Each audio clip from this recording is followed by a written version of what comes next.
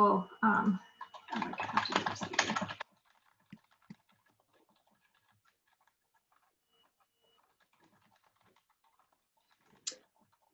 The administrator is going to bring up the slides. All right. There we go. Okay. All right. Thank you, Community Hospice Administrator, for helping us today. Yes. We appreciate it. It's always nice to have extra help in things like this, because I find you end up with surprises sometimes with your Zoom meetings and how everything plays out. Absolutely. Technology, Yeah. so it's nice. Yeah, technology is tricky at times, right? Yes, yes, it is. So I acknowledge how nice it is to have support when you're trying to accomplish something.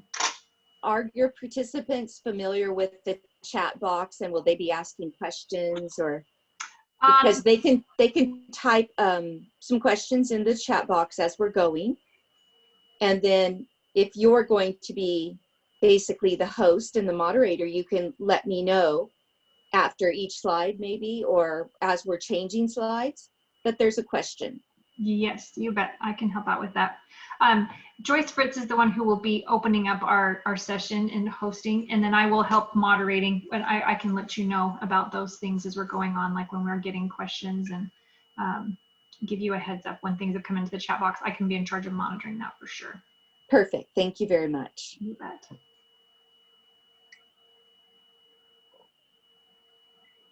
So Shelli, how did you get involved as a chaplain with community hospice? Well, let's see. I was a chaplain for hospice a couple of years, 2.5 years up in Oregon. I started my chaplain education up there. And then after 2.5 years, I came down to Sacramento to the Sutter system and finished my chaplain education there in Sacramento. And when I graduated from that program, then I found work with in Modesto with community hospice, and I've been here over 5 years. Oh, neat, neat. Yeah.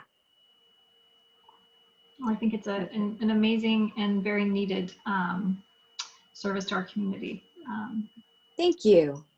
And then as far as chaplaincy, oh dear, that's a long and winding road, because I don't know, I don't think I would have started out saying, oh, that's what I want to be when I grow up. But you know, God has a way of opening doors and closing doors and redirecting you, and I'm so thankful that God did that. Oh, neat, neat. Yeah, I finished listening to a book just a few months ago about a chaplain that was helping out. I'd have to look up the details of it to remember the name of the book and everything, but would help out with the like with the highway patrol, and talked about the her husband had worked for them and had passed away in the line of duty, and that was kind of like her way of going through that situation, that she became a chaplain, and kind of seeing the other end of things. It just kind of was a real spiritual awakening for her, and ability to get through a very challenging situation for her family. So it was very fascinating to understand more details of the life of a chaplain and the things that you guys are called upon to assist with. Yeah. So, very good.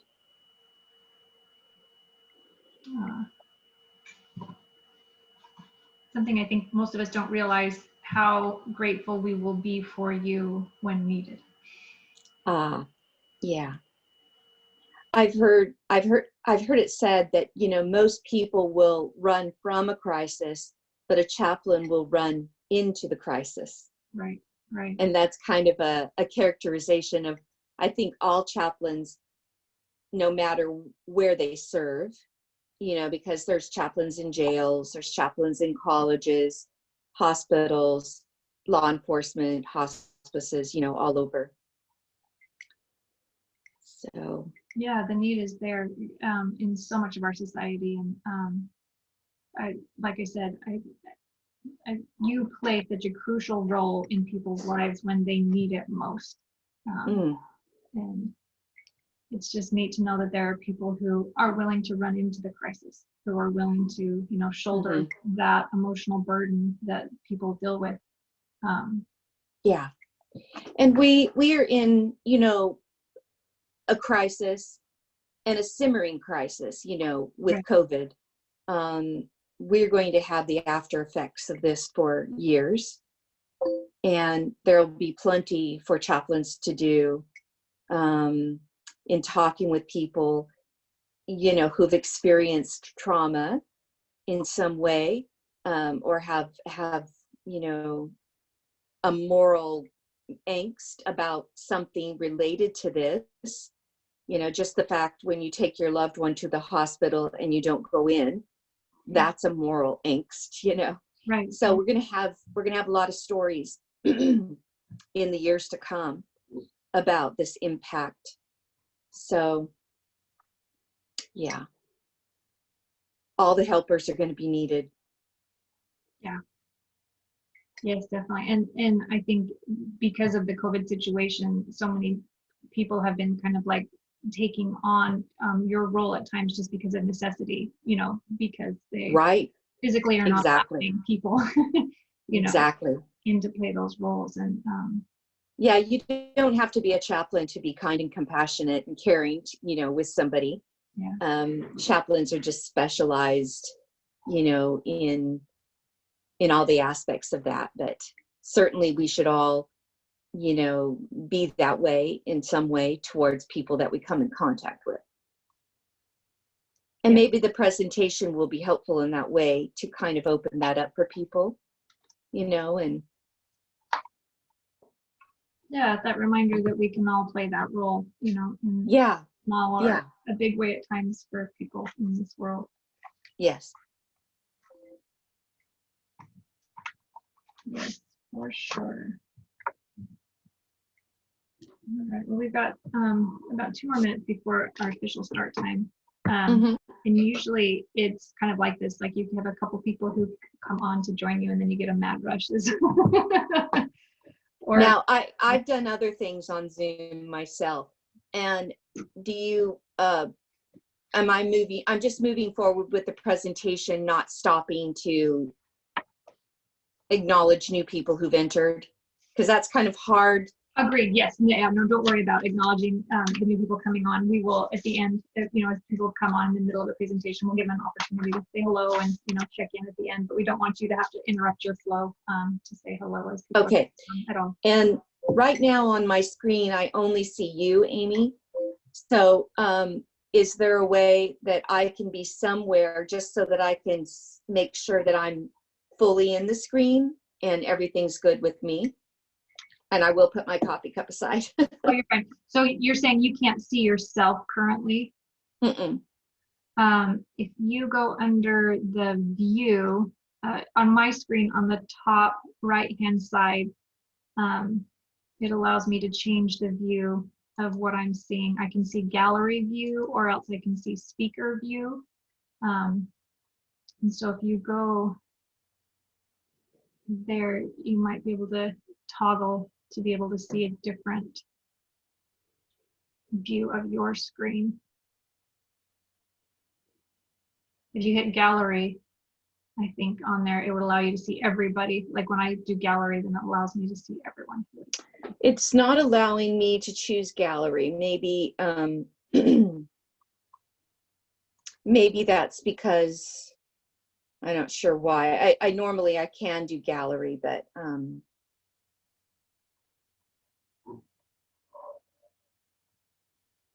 I can just do it without seeing myself. I just thought that would be You're on the screen if that helps. You are kind of okay.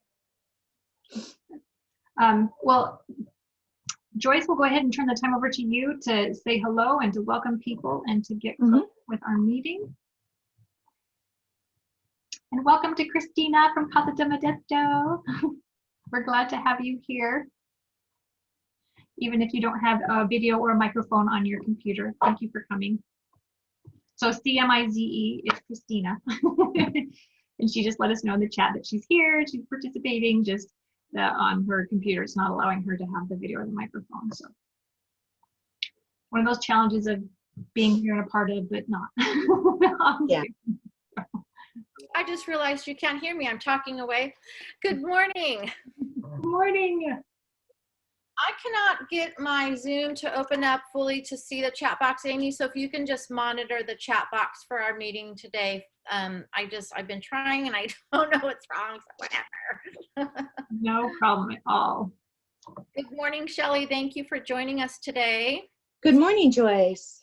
Hear your presentation and have all of the members of our networking group blessed. I'm looking forward to that. So I'll open up the meeting with just a couple of announcements and reminders. So welcome to our OACS networking group meeting on Zoom. And just want to always keep everybody posted and update on how our group is growing. And so we're currently at 99 members on Facebook. So yay! I think we hit 100 just last night, actually. Just got updated. Oh, okay. So yay!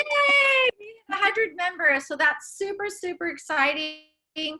And, you know, on our real estate team, Amy and I are always goal setting and, you know, pushing forward towards trying to achieve specific goals. So let's make our next goal as a group to try to hit that 250 mark on Facebook and just continue to grow our presence here in the Stanislaus community and get the word out. And we all know social media is a great way to do that. So great job, everybody, spreading the word and inviting.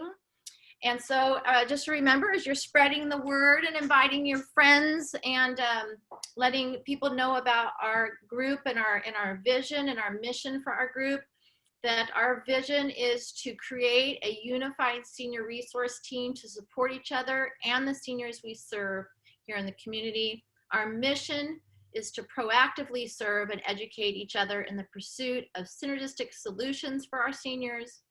And then our values are integrity, synergy, service, and collaboration. And so what I want to do is just let anybody who's new today to the meeting, Amy, do you, I know you just introduced somebody who is new. Are you aware of anybody else who's new that we can introduce this morning? Misty, you're not new, but I don't know if you've had a chance to introduce yourself to the group before. Hi, I'm Misty Alanis. I'm a territory developer with Anthem Blue Cross. We specialize in Medicare, and my team services the San Joaquin and Stanislaus communities. Wonderful. Wonderful. Thank you. Thank you, Misty. And we've got, I don't know if you can see everybody, we have Cheryl Strock, who is here with our Alzheimer's Association. Always so grateful to have your support here. We've got Kimberly Gray, who is our resident legal expert in Oakdale and is super helpful with all things, any questions that people have. And Tim from Home Safety is with us as well, able to help anybody with needing assistance with retrofitting or things for seniors in their homes. A great resource for that. Awesome. Awesome. Thank you for that. That's very helpful so we can all continue to remember who everybody is and how they're helping our seniors and serving our seniors in our community. And so we have today with us Shelli Hill. She is from Community Hospice, and she's going to be presenting to us today and sharing about the services that they provide to our community about spirituality at the end of life, which is just so important. So thank you, Shelli, and welcome to our meeting today. Thank you, Joyce. Nice to be here. I'm very excited to share with you. I just want to say that if anybody has questions that, you know, the slides are not going to particularly answer, then put that in the chat box. And I do want to have lots of time for questions. Perfect. Okay.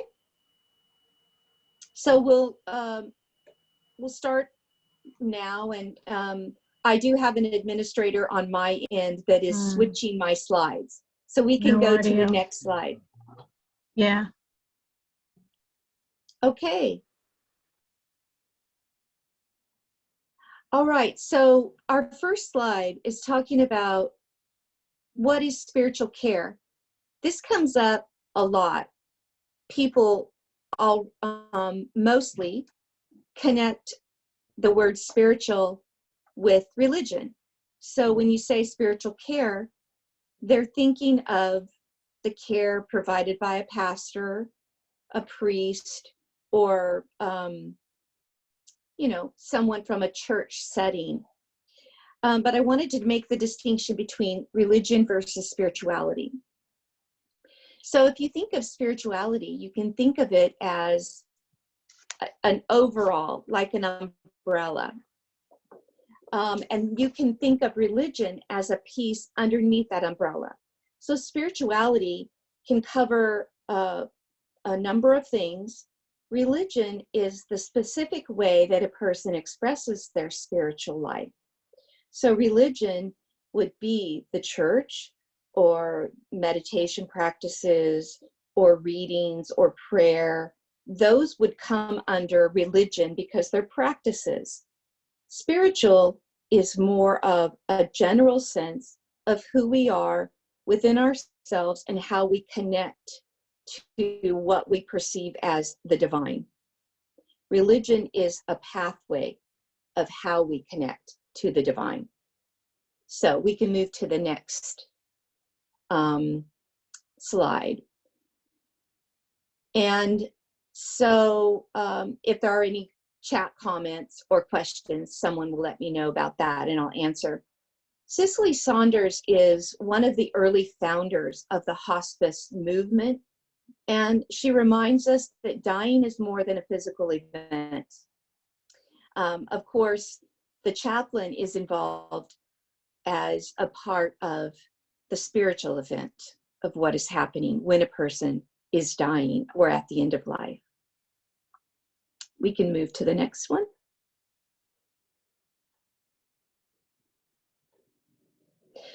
Spiritual care at the end of life. So our definition of spirituality and our understanding of the existential crisis allows us to see the potential for spiritual distress because of fear, worry, anxiety, or unanswered questions about afterlife. So let me break this down a little bit.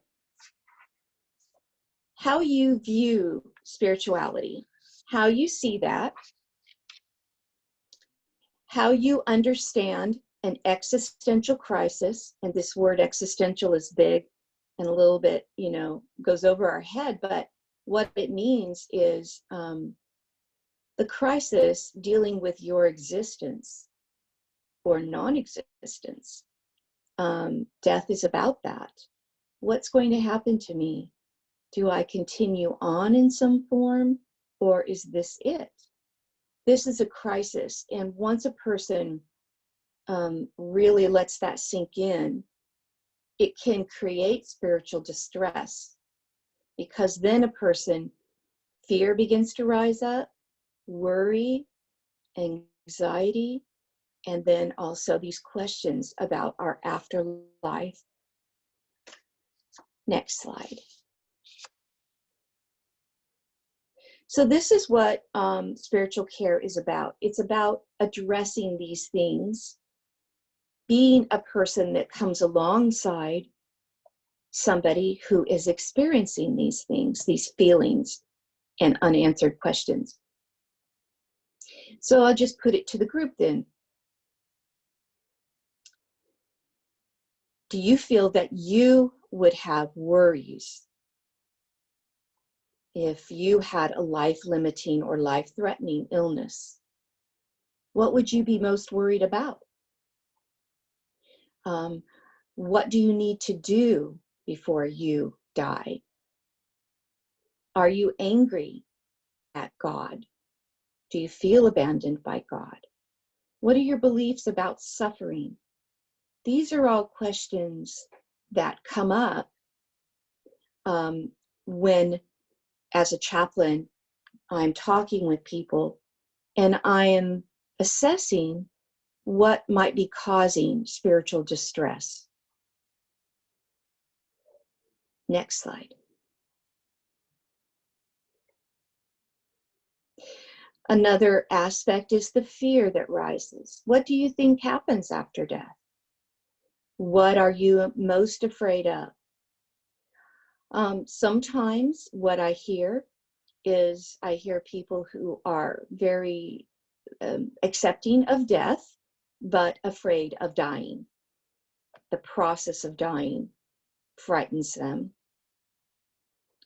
Going back to our religion track, fear about God's judgment, sometimes in church, in Bible teachings, or the source of teachings that someone has, they may be afraid of facing God when they die. So that can be a fear that rises up. This veil between the world and the spiritual world is sometimes we see a little behind that veil. Sometimes we don't. Sometimes we're not aware that there's a spiritual reality, the spiritual unseen. You know, we've gone about our life and attended to this and that in our life, and now we have this time because we're ill, and now we're feeling at a loss, and so fear can rise up at this time. Next slide.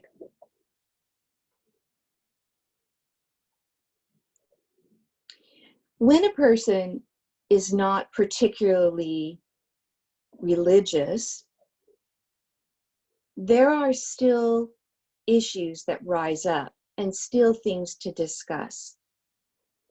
So that might look like this: a meaningful life. We might talk about that. And I might ask this question: what gives you meaning today? What are you most proud of? What has been your purpose in life? What has been the hardest thing in your life? Life review is a process of talking about the high points and the low points in life. And it's a very enjoyable time to be with people talking, because a lot of it is stories about when they were young, stories about people that were important to them, and that brings us to this time. And then the question can be, what are the stories now? And I will tell people in this life review, and as they're thinking about their life, and when they come across things that might be difficult, to pause on those things. And perhaps that's where a discussion with a chaplain would take place, or a prayer. They would offer a prayer about an area or a time in their life that they didn't feel went as well as they wanted. So like a regret, perhaps. So these would be things that a chaplain would sit and talk with them about. And you, the ones participating in this, are people who care about the older adult population, and you're helping them in any way that you can. So that might look like you sitting with them and listening to the stories and pondering and noticing that there's a story that is brings more sadness than another story that brings a lot of excitement and satisfaction. So here's an area where anybody really can listen to the stories or ask the questions about their life and listen to them tell about their life. Next slide. Forgiveness is an area that is common for non-religious people as well, but especially for religious people, because in religion, all religions, we're taught to forgive. And so we're also taught to extend forgiveness. But even for the person who is not a religious person, they know innately that this is important, and this may be something that they trip up on. in the last months or years of life, these unfinished things will rise up in us when we have more time. In life, we're very busy, but then when we become ill or we're living alone, we might have more time to think. And in that thinking, we might be thinking about regrets. We might be thinking about relationships that have gone wrong in some way. So these are questions that a chaplain would sit and ask. Are there people that you need to forgive? Is there anybody that needs to forgive you? Have you had important conversations with your friends and loved ones if you needed to reconcile? And then, are you able to reconcile or accept just this aging process? Are you able to come to acceptance of that, of the limitations and the realities that you're facing? Self-forgiveness. Next slide.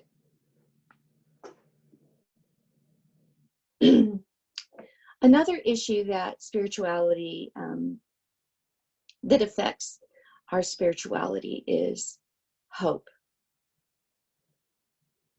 For the religious, hope can come from an inside, a sense of feeling that the divine is with you. And it brings hope up. For the non-religious, there are other things that can bring up hope. And we would talk about this. Do you feel hopeful? Hope can also change. At one point, you can be hoping for a certain outcome. At another point, you can be hoping for a different outcome or have different goals. I might ask somebody, what have been your dreams in life? What were your goals? Did you meet your goals? Were there things you wanted to do before you died? For the religious person, the spiritual person, what do you want to do before you die? Where is God now in your midst? And do you feel abandoned by God? In answering these questions, a person would come to understand themselves better, and they would come to understand some areas perhaps that they're stuck. And we would talk about this, and the goal would be to help them kind of sort through. It might be hard for them to talk with their own family members about issues like this. They might be hesitant to admit failings. They might be hesitant to really open up. And so this is why this friendly outsider as a chaplain would be helpful. Next slide.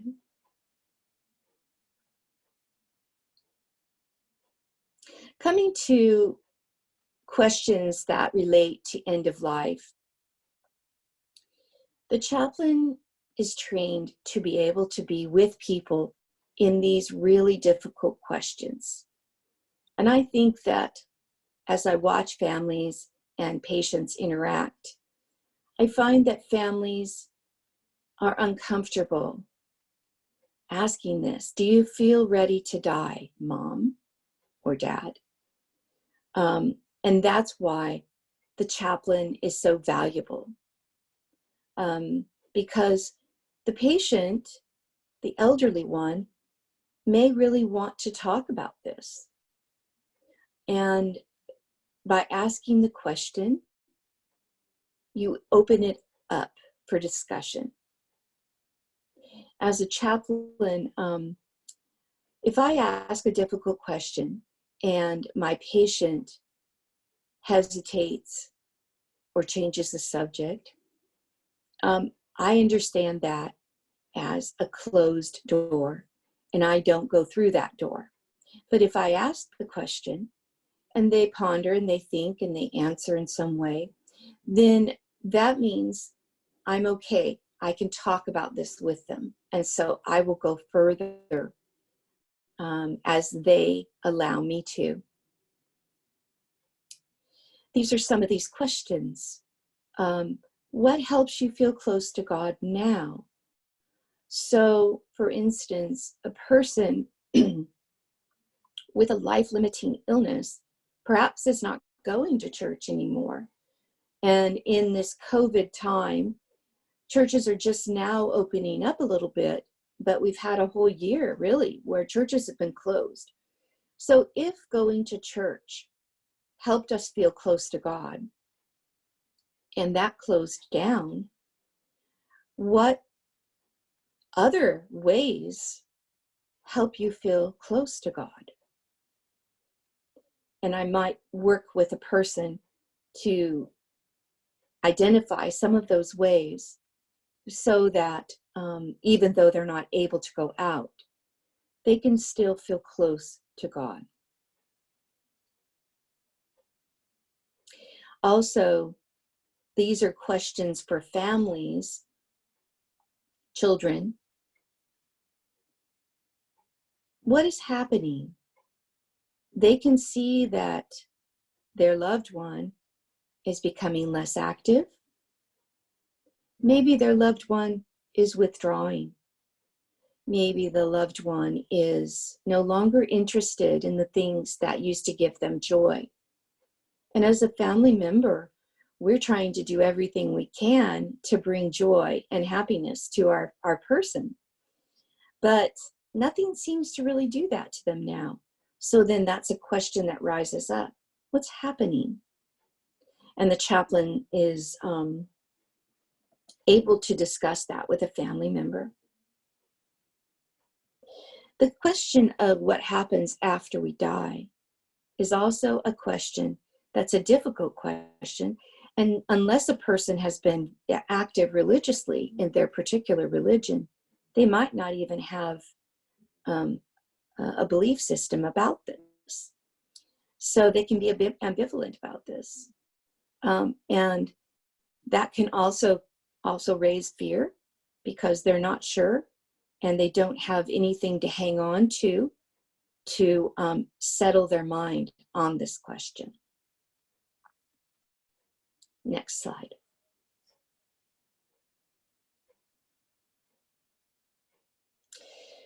So this is why the chaplain is a part of the hospice team. You can see that, as Cicely Saunders said, it's not just about physical, it is about spiritual. The end of life is understood to be existential in nature. So it is dealing with our very existence. And the existential crisis, such as fear, worry, and anxiety, and panic, can overwhelm the body, which adds to the symptoms that we're trying to alleviate. So in hospice, of course, we are attending to the physical needs, and we're trying to help a person be comfortable physically. But what we see is that if a person is having an existential crisis, spiritual distress, then that can overwhelm the body. This is something like, if you're worrying about something and you have a headache or a stomach ache. This is the connection our body and our inner workings have. They're, intricately connected. So chaplains, they assess whether a spiritual distress is a part of the case. And so we have to go in and visit, talk with these people, our patients, their families, within 5 days, or on the phone perhaps.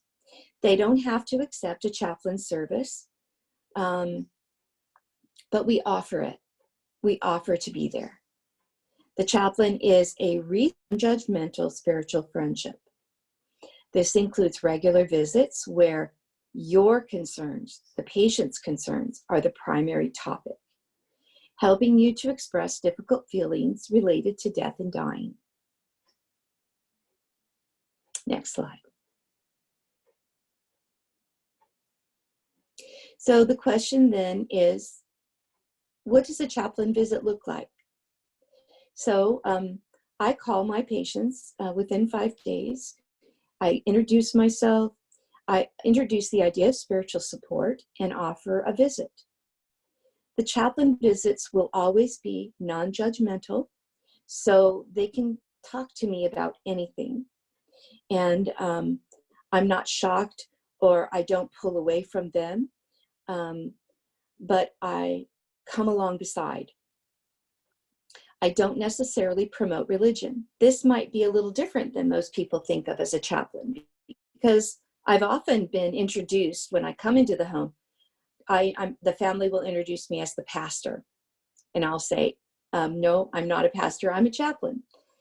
A chaplain is trained, even though my work comes from my love of God and my own particular faith, tradition, and practice. I do not promote a religion. I work with people who are religious, that they have beliefs, have perhaps a church, have their own faith practices, and I work with people who don't. And so I'm trained in both ways. Sometimes religion is not comforting to a person, depending upon their experiences. So if I come in and I promote religion, that could be more distressful to the person. So that's one of the reasons. I come in open-hearted. I come in with no agenda except to be alongside a person and to help them in this journey. I'm open-hearted and I'm listening. And I'm listening for things that trouble the person, that take away from peace. So I'm listening for this, and I'm saying to myself, do I sense or see anything that could interfere with their peaceful passing? If I do, these are the things that I would bring up in some way to the person to explore. Next slide. Essentially, when I go in and I'm making a spiritual assessment, it's all about peace. Do you feel at peace? There's these 3 areas that are good areas. It's a way to organize my thoughts. Do you feel at peace with God? Or do you feel there is a divine source? Or do you have a name for the divine source? And do you feel at peace with this divine source? Do you feel that this divine source is loving? So exploring the images and the sense that this person has about their own self with the divine, the unseen. Do you feel at peace with yourself? Sometimes we are the hardest on ourselves. When we come across regrets, we can be very judgmental with ourselves, very unforgiving.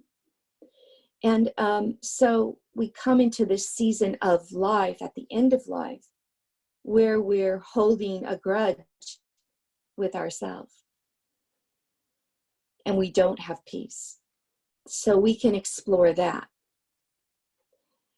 And then with others. Are there relationships that have been broken? And do they need to be, or can they be reconciled? And if the other person doesn't want to reconcile, how would you possibly be able to find reconciliation and peace? Because if we have peace, with our sense of the divine, with ourselves, and with others, we are able to leave this world in peace,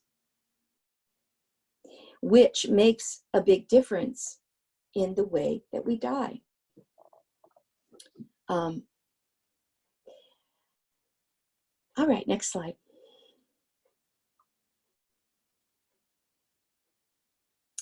This is about religious and non-religious practices at the end of life. So, as I've said, the difference between spirituality and religion.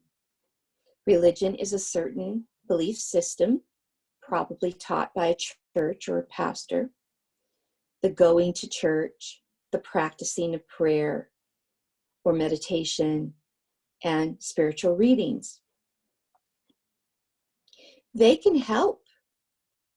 And if a person is comforted by these things, then this is where I would work with them to remind them of the things that have comforted them in the past, reminding them of their belief of God and how God has been present in the past for them and how God will be present in the future. They give us a reference for what we believe, because what we believe can either calm us or it can increase our distress, as we were talking about in one of the other slides. If we believe that God is against us, then you can understand the concept of dying and coming before God would increase our distress. So we want to sort these things out. Even if we don't have a connection to religion, the chaplain can still help, because there are other things to think about and other ways to explore things, even if there are no religious connections. Next slide.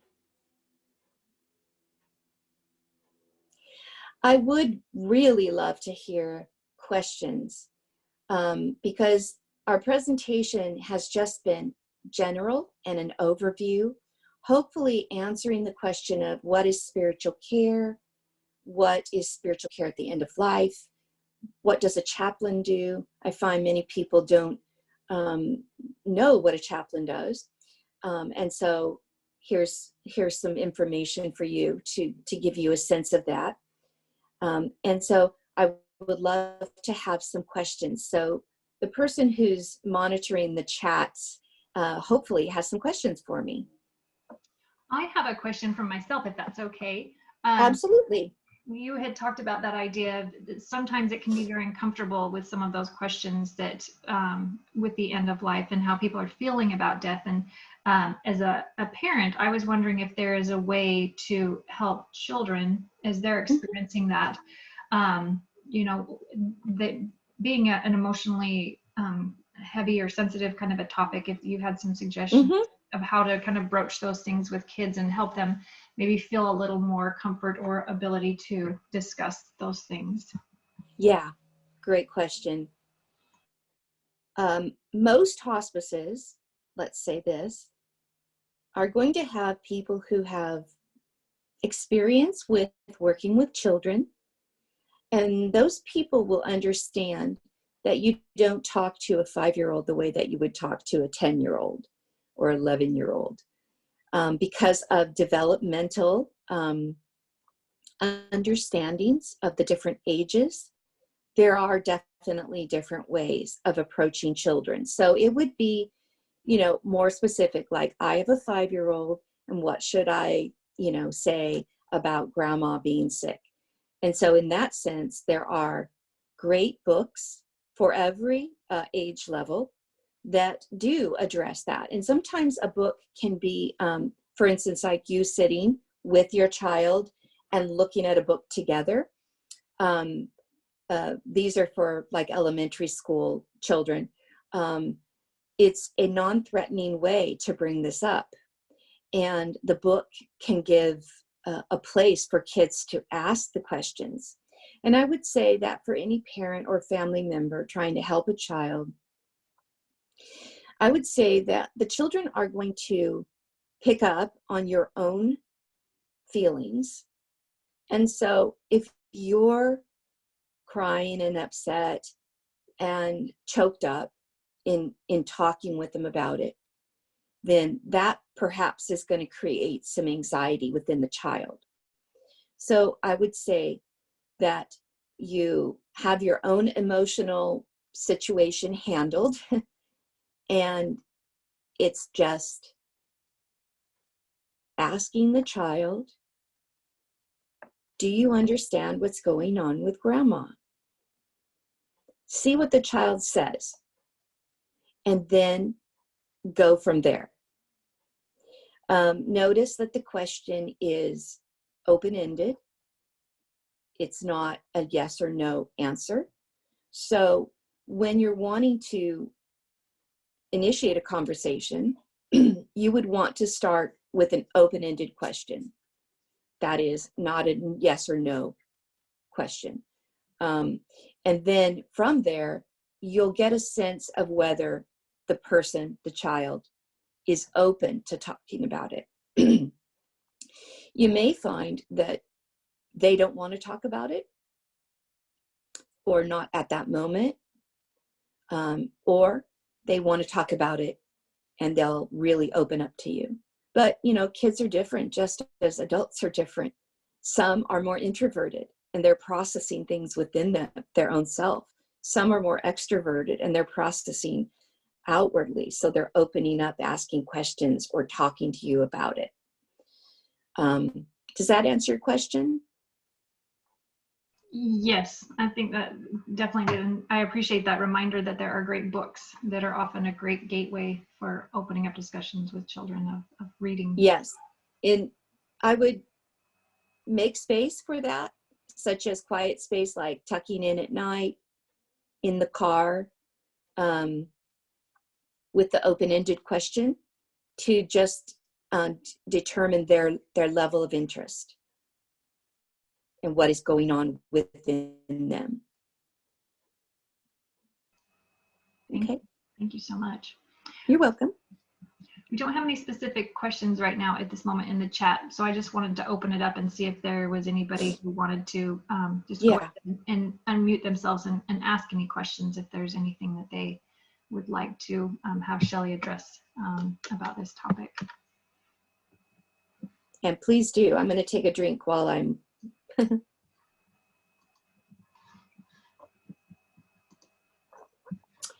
I might ask a question while people are thinking. How many in the presentation have had hospice experience before with a family member or a friend?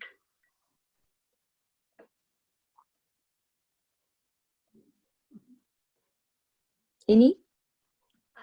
I'd like to make a comment. Hi, Okay. This is Cheryl with the Alzheimer's Association, and Yes. I unfortunately have had experience with hospice, not in the greatest way with my dad, who is out of state, and unfortunately it's because I've been exposed to organizations like Community Hospice and other organizations. I know what a really kind and good hospice looks and feels like. Mm-hmm. And so I had Thank to make a lot of asks in my particular, you know, I had to ask for, you know, hey, where's the Chaplain? And hey, can we have the book that shows that, you know, hey, can I? And that was unfortunate, but it happened. I think the comment that I'd like to make that is most evident to me, and what makes me a big fan of hospice in particular, is that there needs to be so much more education. Just like Alzheimer's, you hear that word and people are scared of it. You know, it's like, oh, they don't want to take advantage of hospice until the very end, and they don't understand how amazing this is, and how if you take advantage of it earlier in the process and you understand what it really is, how really beneficial it is, not only to the patient, but to the family. Yes. And how much more peaceful and easier it can be. So I think, you know, again, it's all encompassing for the family as well as the patient. And I think it's such a beautiful thing, whether it's palliative care and hospice, but to have that earlier, to get the information out there earlier so people know that this is available, and not taking advantage of it right at the very end when you really can't make the imprint that you'd like to. So again, gosh, if there's any way that, we could get out there and let people really understand what hospice is and take advantage of it much earlier than later, and how beneficial it can be for everyone, family, patient, all involved. And so that's my comment. And thank you so much for what you do. It is really an angel on earth kind of thing. Thank you. I really appreciate your comment, because I do agree so much that I see, of course, I'm a part of a team. We have a nurse, we have a RN, LVN, the doctors writing the prescriptions, monitoring all of the medical care, the physician's assistant, a social worker, and the chaplain. So we have a team approach. And as the team, when we have somebody who is imminently passing away, and they're being moved, let's say from hospital to home, of course, we want to honor the family's wishes, and we want to do that for them and help them with that. But I will say that it is more difficult to get a person comfortable. And it is more of a scramble and more crisis management in a way, especially if the person is painful. And it can be avoided if, a person and family members, I guess, who are making decisions, helping their loved one, if they do understand that hospice is technically a 6-month window of time, but also with the understanding that we do recertify people beyond the 6 months. But if the doctor understands that a person does not want to seek curative care, and they understand that they are declining and they would like no other treatment for curative care, then hospice is appropriate. Sometimes doctors, because they are so, they are dialed in to the idea of one more treatment or one more possibility, they will prolong care, and then it's possible for a person to just really fade quickly, and then you find yourself in an emergency situation to get comfortable before passing away. So hospice, I think of in many people's minds, they think, oh, it's the end, hospice. But that end doesn't have to mean a day or 2 days. It can mean the last 6 months, the last year, something more like that. We also have palliative care.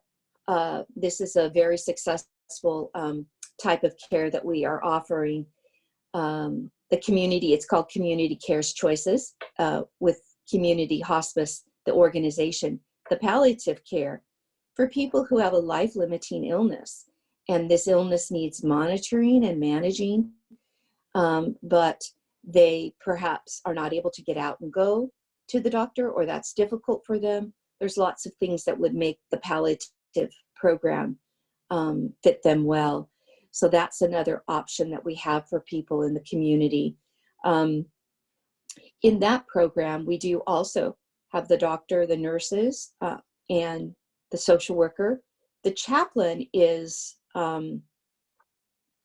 not, well, I will say the chaplain is available, but not as a regular team member on the palliative program. But on the hospice program, the chaplain is a part of that interdisciplinary team that monitors the patient. Even if a family has declined the chaplain, as is everybody's right to do, to decline the chaplain, if they do that, and the team is describing to me what I'm understanding to be spiritual distress, and yet they don't want the chaplain to come in, maybe they have had a bad experience with church or with a preacher, pastor, whatever, and they're equating chaplain with that, then I would also kind of tell my people on my team, the MSW, the medical social worker, and the nurse, I would give them ideas, ways to help help the person become more peaceful, even if I'm not going in. So I would still maybe have input on the case because of my training. And any other comments? I would like to say, in talking about training, some people do feel wonder about a chaplain, and I've had this asked to me. Do you have your own church? Are you a pastor at a church? And I would say, no, I'm a chaplain. Oh, you mean you volunteer as a chaplain? No, I'm full-time as a chaplain. Oh, really? And they're surprised to know that. And then they're even more surprised when I tell them that to be a professional chaplain with certification, a person would have a master's degree in a religious field. Then they would have a year of separate training, excuse me, a year of separate training. This is called clinical pastoral education. That would be a year of supervised training in a hospital location. So then they would launch out into their career as a chaplain. And then to be board certified, there would be an additional many hours of work to be done and such. So to be a chaplain, professional chaplain, there's much to do to be trained in that way, to be able to attend to all the different needs that come up under spiritual care. Any thoughts or other comments or other questions about community hospice? I just have a comment. Before I was in this position as a territory developer working with the sales team, I used to be in case management with Anthem Care More. And so I learned a lot about hospice in that time, and working with families and whatnot. It was very clear that it's a lack of knowledge and education about what hospice does provide. And so, you know, we worked really hard at trying to be an advocate for hospice. And she's wants to cry right now. Oh yeah. But trying to be an advocate for that. And so yeah, we do our part to try to talk about that and advocate for hospice, because it is a really good thing for particular situations, for sure. So thank you. Yes, very good. Thank you. Along with advocating for hospice, also I find that my nurses and social workers also, they have to advocate for the chaplain, because a lot of people have a misunderstanding about the chaplain, and that's why I started the presentation defining spiritual care, separating spiritual care from religion, because one is the overall and one is a specific track, and many people are non-religious but spiritual. And so Chaplain understands the thought process of that, understands that type of a preference, and understands how to help that person, or also a non-spiritual, non-religious person, how to help that person. So even people of different faith, I'm a part of the Christian faith, but I understand how to help somebody of a Buddhist faith, or how to help somebody of even an atheist, an agnostic. So there's all of that is part of that in-depth training that chaplains receive. So, you know, when you have an older person that you're advocating for and you're talking with the family, and you're advocating for hospice because you feel like it's a resource that will really help them, there's also the education regarding spiritual care and how important it is for a person to be peaceful as they're facing this end of life journey. Wonderful. Thank you. Oh, go ahead, Cheryl. I see you. I just wanted to make a quick comment. As an organization, we believe so wholly in palliative care and the use of hospice, especially when it comes to Alzheimer's and dementia type patients. We've offered legislation and have been following through, making sure that people get the education and the training necessary to be able to have this offered at the obviously the best time for people suffering from Alzheimer's and other dementias. So it's something as an organization that we feel wholeheartedly in. And again, let's just work together on getting the education out there, not only about something like Alzheimer's disease, which is like, when people hear that, but things like hospice as well. So people really know that they have options and opportunities to do the best for the people involved. And again, thank you so much for what you do. Thank you. And you do bring up a really important population of people, Alzheimer's dementia patients. One of my favorite groups of people to sit with. And I find so much rich spiritual care with this group of people. And it's precious to me. And I just have some wonderful experiences with people who had Alzheimer's or dementia, and they're there and they are comforted by spiritual care. That's, Well, thank you so much, Shelli. That was a wonderful presentation. And I think that it's so important for all of us to make peace in our own lives in preparation for death. Something that none of us can escape. And we maybe like to deny that it's coming, right? Or push it off, right? Oh, that won't happen. I'm younger, I have time, but we're not promised tomorrow. And so I think that we're so blessed by your presentation as a reminder to prepare and make peace. And I just appreciate your time with our group today. Real quick, we have a few minutes left, so I just want to see if there's any announcements from any of our senior service providers that they would like to make us aware of. You can just raise your hand. Cheryl? Like, hey, there's always something going on. Alzheimer's doesn't stop, and neither do we. I just wanted to make sure that everybody knew that September 18th, the Modesto Walk to End Alzheimer's, we are in person this year. So we're planning to have our in-person event. Yes, exactly. And we're excited. People are excited. We've got a pretty decent jump start. But of course, without you guys, we can't move forward on the mission. So we're looking for any opportunity or any referrals or any ideas from this group would be welcome in order to make Modesto the biggest and best ever.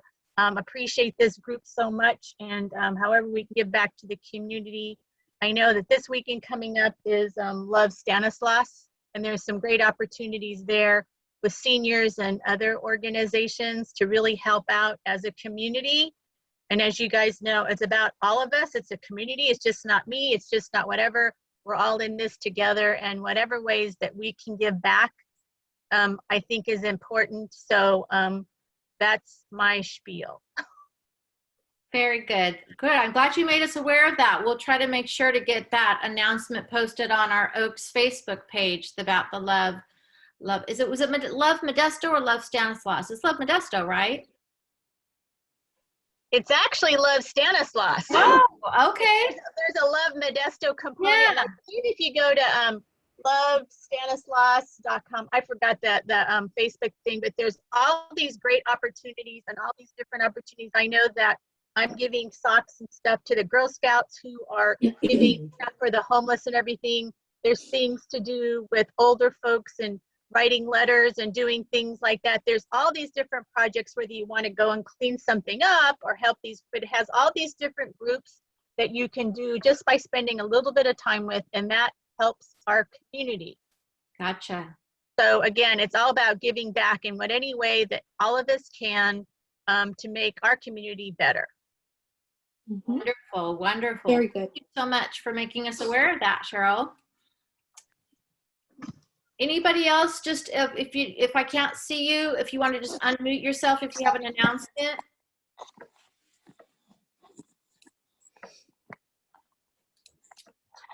Okay, so I think we had, Amy, correct me if I'm wrong, I think I counted we had 12 people joining us today. Is that the count you had? 1, 2, 3, 4, 5, 6, 7, 8, 9, 10. Yeah, because we had a couple drop off, so yes. Okay, perfect. That would work. Okay, so good. So again, you know, when Amy sends out the reminder that we're going to be having a meeting, don't forget to maybe, you know, shoot that email out to people that you want to invite, share it on your Facebook page so we can continue to try to grow our meetings. And just a friendly reminder, if you have any suggestions for speakers or themes so we can keep learning and growing together as a team, just shoot those over to Amy or myself, and we will work hard to continue to provide great and helpful information. And again, thank you, Shelli, for your presentation. Yes, All right. thank you very much. You're great, wonderful, thank you. So everybody have a wonderful day, and we'll see you next month. Thank you, everybody. Yeah, Misty who is here. She will be the one who'll be helping with our presentation next week. We'll do Medicare 101. It's with their group that will be presenting. Oh, gotcha. Oh, I missed that. I totally missed that. Amy is right. So our next meeting was on my agenda. Our next meeting is May 27th at 10 a.m. And correct, we have Anthem Blue Cross doing a presentation on Medicare 101. Thank you all for joining us. We Thank appreciate it. you.